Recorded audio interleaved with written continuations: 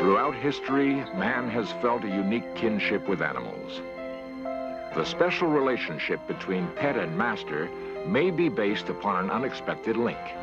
Only recently has science begun to investigate the possibility of a psychic extrasensory connection.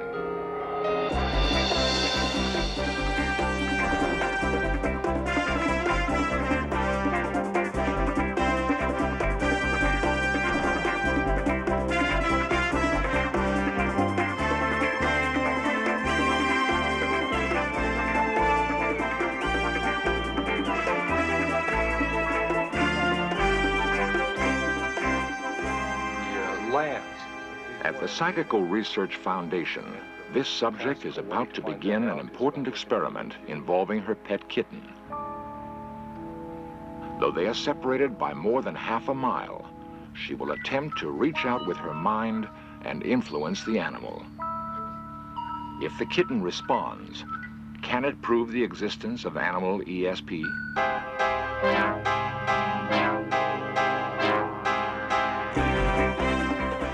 This series presents information based in part on theory and conjecture.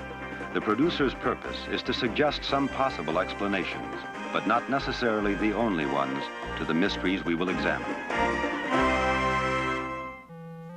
It is August in Walcott, Indiana, and Bobby is lost.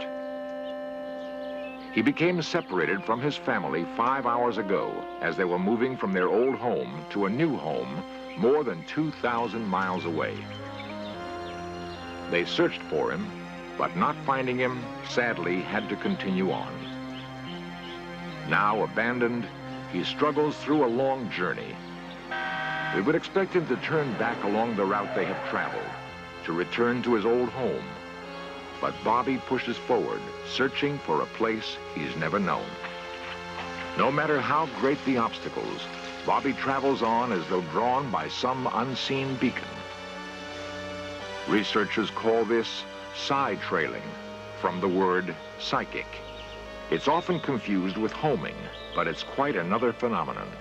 Homing occurs when an animal is taken away from a familiar place and finds its way back following normal sensory cues. A dog may follow a trail or remember familiar landmarks. But in verified cases of side trailing, there is no explanation other than ESP. 6 months later, Bobby arrives in Portland, Oregon. Finally, he's reunited with those he loves. Was Bobby guided by emotional signals from his family? Could it be that extrasensory perception was the magnet that pulled the animal and his masters together? The possibilities of Animal ESP could have a profound effect on all of us. Some forms of communication could be drastically altered, maybe even become obsolete.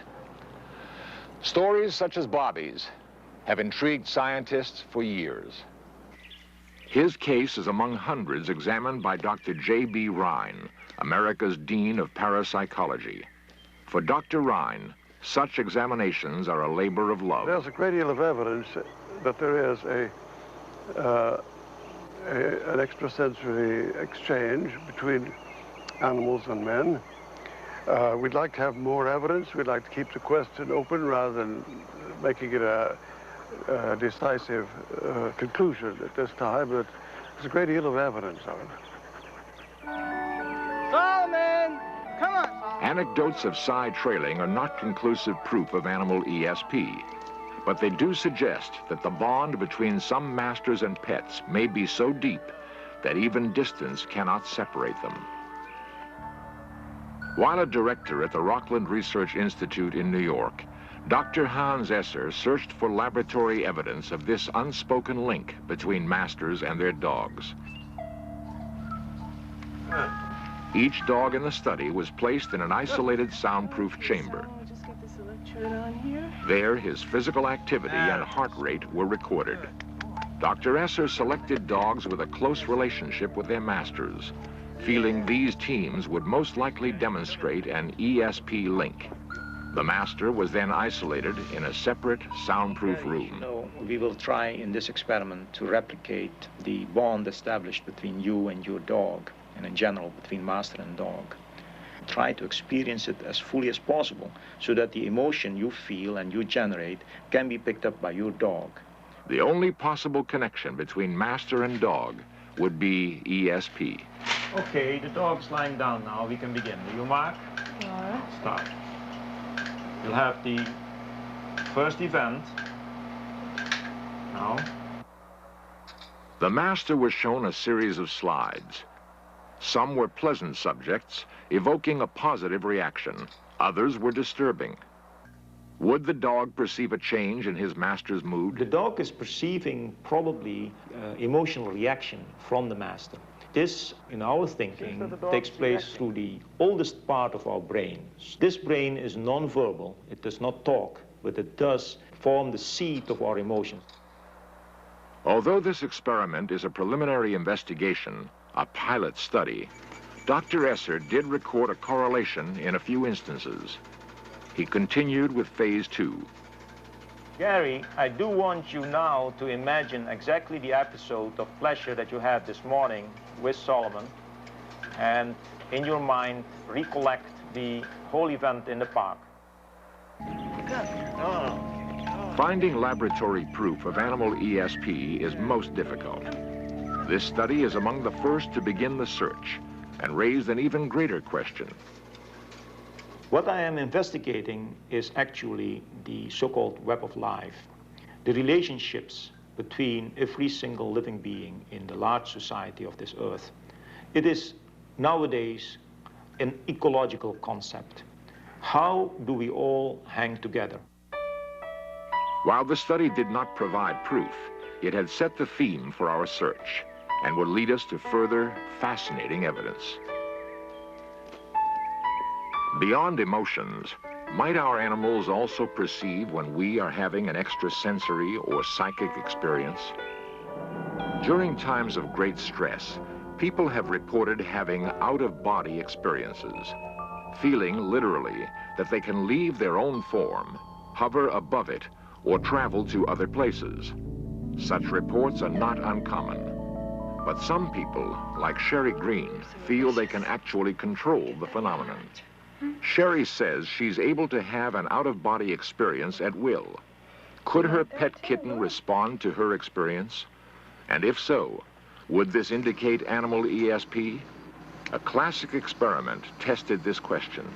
In Search of reunited key investigators from the Psychical Research Foundation of Durham, North Carolina.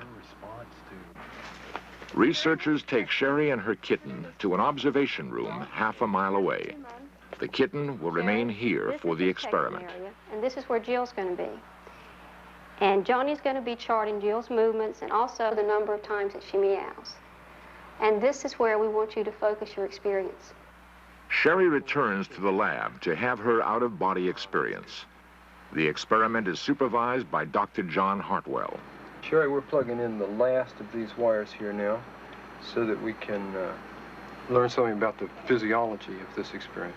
In addition to how the animal responds, we want to know something about how it is that your body responds. We began to pursue these studies because the subjective nature of the out-of-body experience begs for that kind of research. For in this experience, a person feels like he is out of his body. He feels like he is out there and perceives the world from a different point of view, and perhaps he affects the world.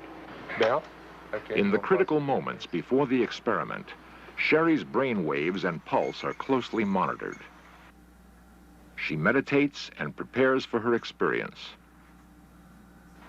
A half a mile away, the kitten is placed on the observation grid. She paces restlessly in the alien, unfamiliar surroundings. The experimenters wonder if the kitten's behavior will change during Sherry's experience. As Sherry meditates, she signals her experience is about to begin. Mark, that's 10:02. Sherry now feels she is leaving her body to visit her kitten. She attempts to calm and reassure it with her presence, to make it feel more secure in a strange place. Each trial lasted several minutes. Over 33 trials, the researchers found a striking correlation. Whenever the subject reported an out-of-body experience, the kitten became measurably quieter and calmer. Its behavior had changed dramatically. Whether the kitten actually saw or felt a presence, no one can say. But during these out-of-body experiences, something was happening. We tried people, animals, physical sensors, various electromagnetic detectors. The only consistent evidence that we found was the behavior of this one kitten. The fact that the kitten gave the only consistent results there is intriguing. We don't know what that means, but it does seem to us that it is very important. And we would like to try to go further and see if we can come to interpret that way. If further study reveals that animals have psychic abilities, might some species be able to use them to alter their world? And might we someday learn to communicate with our pets through ESP? The In Search of cameras turn to these questions next. The possibility that animals can perceive their world through extrasensory means leads to further questions. Can they influence their world through psychokinesis, mind over matter?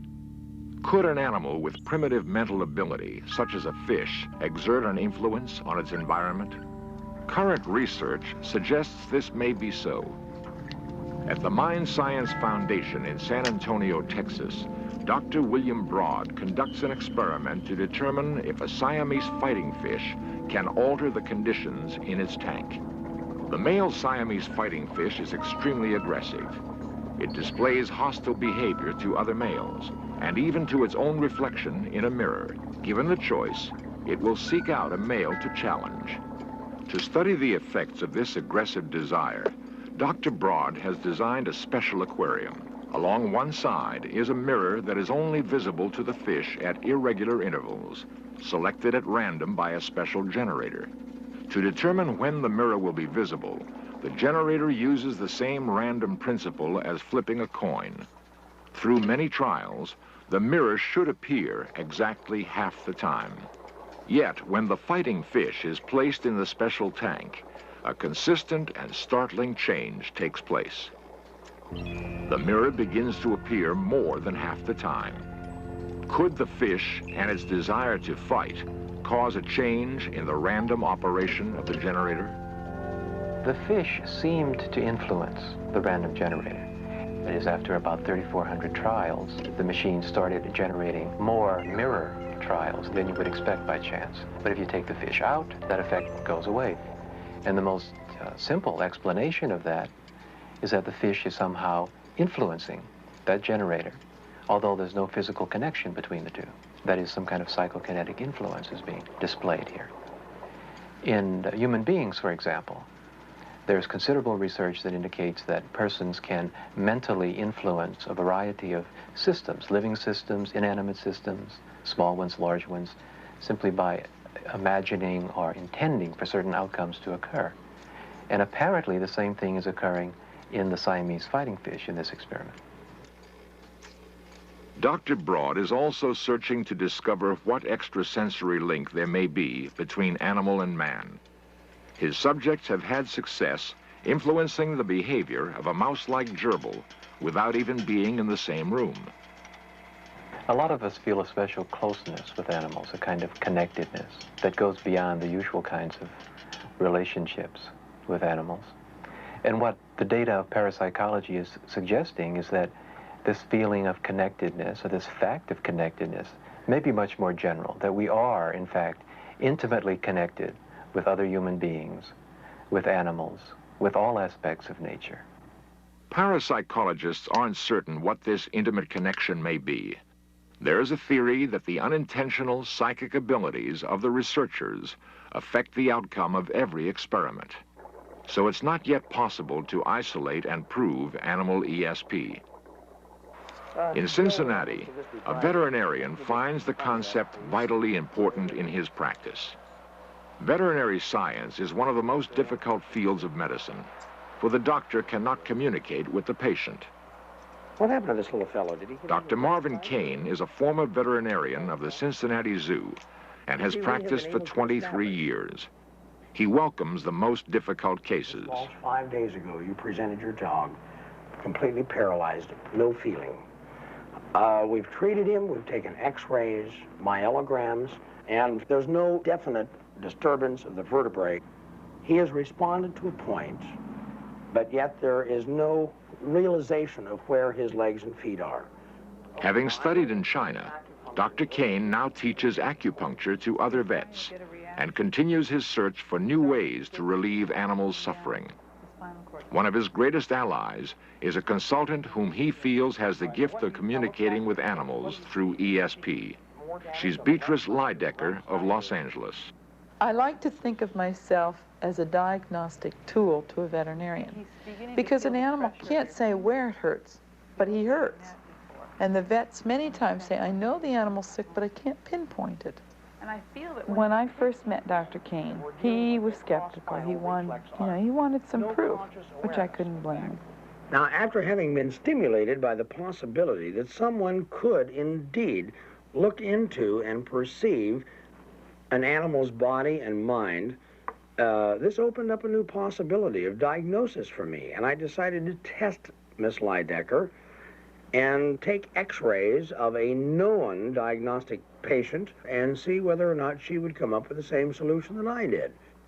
Dr. Kane prepared his test with a thoroughbred jumping horse whose tiny yet painful leg fractures he had already diagnosed. Could Beatrice discover the problem through mental communication with the horse itself?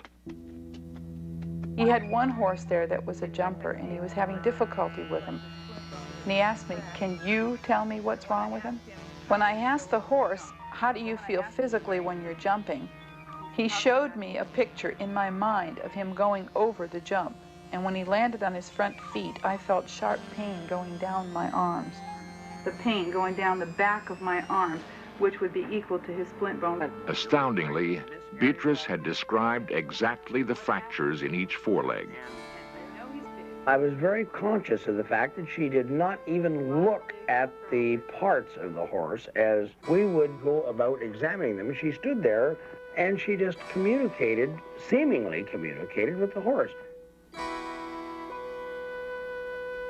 After 5 years from that first initial experience, I still am amazed, and I'm still, well, now I'm very respectful of Beatrice's ability to look into and communicate with an animal's consciousness. I feel that possibly we all might have that ability, and we all should try to exercise it. For 10 years, Beatrice has traveled the country helping animals and their owners through ESP. In her books, she reveals that the process is still a mystery. I cannot explain to you what the mode of transmitting the mental pictures and things are. It's nothing that I can say that I can feel. I don't even know that it could be measured on an instrument, but it's there. We're all born with it as children, and you can put children and animals together and they can talk to each other with no problem at all. Beatrice finds we can recapture this extrasensory ability and reports success teaching owners to communicate with their pets.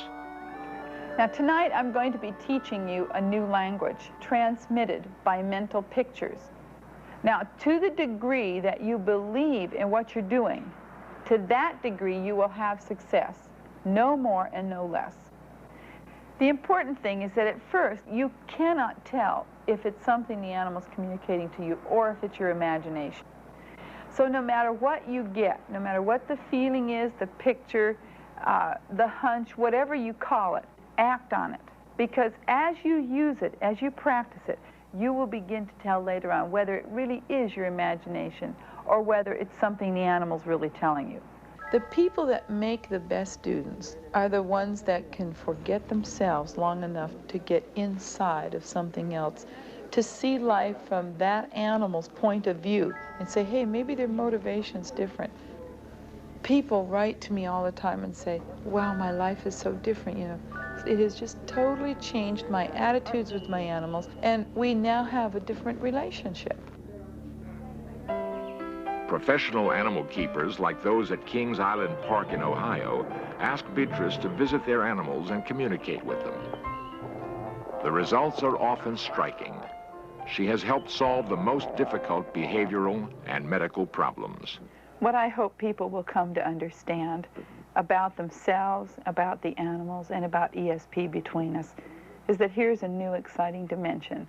We have a lot to learn, and I hope that people will really find the dimension of excitement that I'm just beginning to scratch the surface on.